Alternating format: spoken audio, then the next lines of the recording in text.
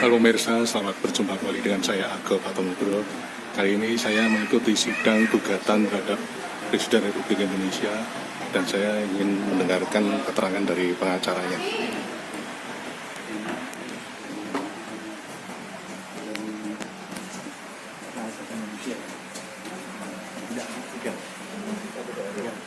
Kemarin juga nggak salah ditunda, kalau bisa tidak lagi terus gimana Pak? Besok lanjut. Kalau tanpa kehadiran Para pihak itu lanjut. Karena ukuran itu depan panggilan itu kalau tidak ditunggu lanjut. Jadi itu saling. Jadi nggak ada masalah bagi kita. Hukum menurut panggilan itu harus dipanggil. Tidak boleh tidak. Karena kalau tidak datang ya lanjut. Kalau menurut Pak Onsang ditunda 2 kali memang apa ada indikasi menunda-nunda gitu Pak? Ya, alasan itu kira.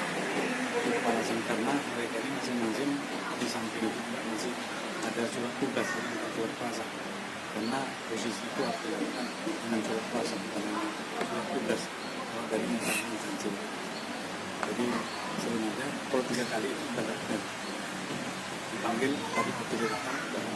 Ini ada indikasi sengaja untuk mengulur-ulur waktu itu Pak? Ya bisa kita pastikan. Hanya kalau sekiranya ada 3 kali tidak datang, dianggap bisa mengulur waktu.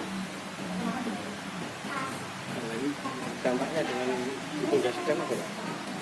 Sebenarnya bagi kita tidak ada dampak, tetap berjalan sesuai dengan prosedur hukum. Jadi sehingga bahwa biarpun para pihak itu dalam hal ini tidak hadir karena lanjut, bahkan kalaupun dilanjutkan tidak hadir itu pemeriksaan berjalan terus. Jadi tanpa hadirnya mereka dianggap semua jawaban bulat kita dianggap diakui. Jadi maka justru merugikan para tergugat. Jadi makanya lebih baik mereka harus hadir, tidak boleh tidak atau mewakili dalam kuasa hukum. Begitu. Jadi pertanyaan. Sudah sampai kapan ini? Ditunda tadi 2 minggu ya, sampai tanggal berapa tadi? Terus jadi dicari di 2 minggu dari hari Kamis ini? Dari Kamis ya, 2 minggu. Pak yang datang siapa coba? Yang datang itu adalah Veronica, yang datang itu tadi kuasa hukumnya Veronica dan Julius Pasari, terus itu para penggugat. Ini tergugat 1 Muhammad Fadil, tergugat 2 yang tidak hadir, tergugat 1, tergugat 2 itu hadir, yaitu Kepala Kantor Pertanahan Kabupaten Bogor, terus Kepala Kantor Wilayah Badan Pertanahan itu hadir, tergugat 3, tergugat 4 hadir, yaitu Menteri Agraria dan Tata Ruang. Presiden Republik Indonesia tidak hadir,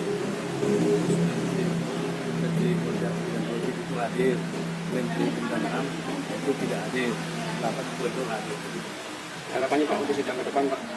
Harapannya lanjut diperiksa langsung, itu dilanjutkan supaya tanpa hadirnya para pihak itu harapan kita supaya tidak berlarut-larut karena putusan pengadilan itu ada batas waktunya, tidak boleh melewati batas waktu sekitar 6 bulan ya. Gitu. Ini bahwa yang mau dari belakang. Pak Sibut, tanggapan Pak sidang dari Pak? Ya kalau saya sih mengharapkan semuanya bisa hadir ya.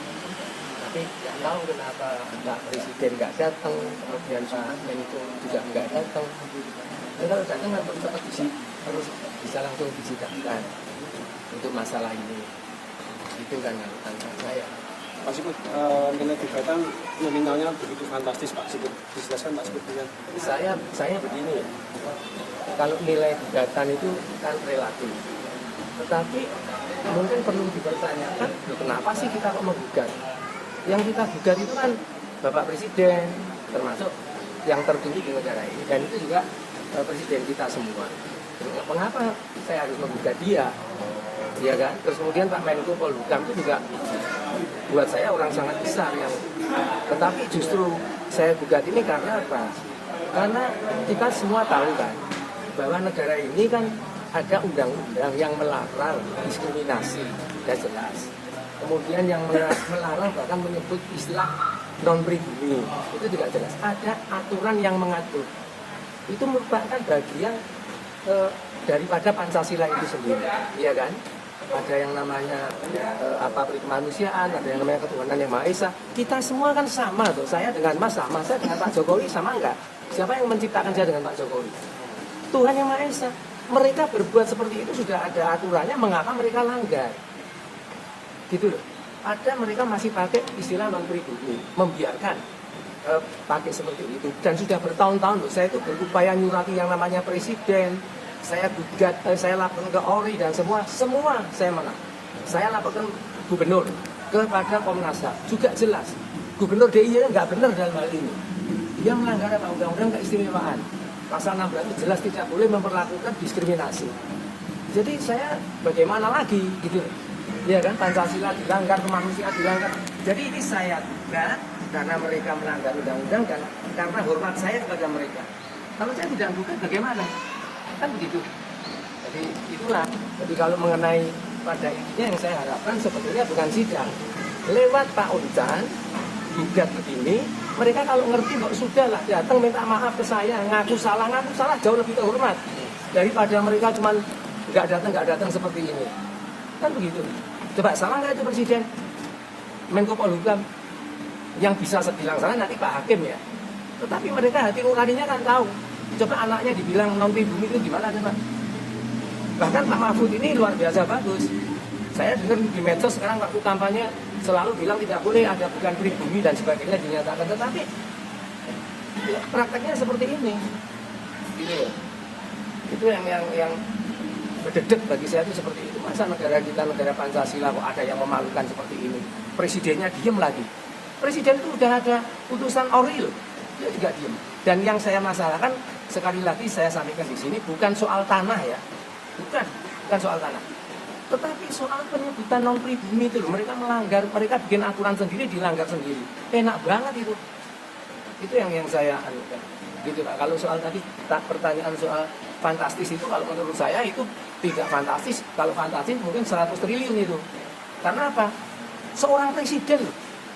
Seperti itu. Kalau saya dapat duit nanti saya bagi-bagi aja. Untuk semua saya, 1% juga nggak akan terima. Biar aja untuk penegakan hukum yang baik. Itu maksud saya. Pak Sipur yakin keadilan masyarakat itu akan tercipta Pak? Karena mengingat kondisi hukum kita kan seperti sekarang ini Pak. Begini Pak, kalau saya dengan Pak Oncan nggak yakin, saya nggak datang ke pengadilan. Saya yakin itu pasti yang namanya kebenaran itu pasti ada lah. Apalagi seperti ini kan sangat sederhana toh. Aturannya sudah jelas, perpresnya sudah jelas, semua melarang adanya sebutan non pribumi. Mereka nyebut-nyebutnya melanggar begitu. Coba mau dari, kalau kita nggak yakin mau kemana lagi negara ini? Kan saya kesini minta perlindungan dari pengadilan kan. Kalau saya ya pemikirannya baik aja begitu. Perkara nanti dia mutusnya nggak sesuai peraturan perundangan, main-main, ya biar dia aja nanti semua tahu.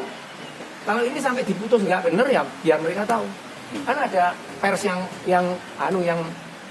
sebagai penegak.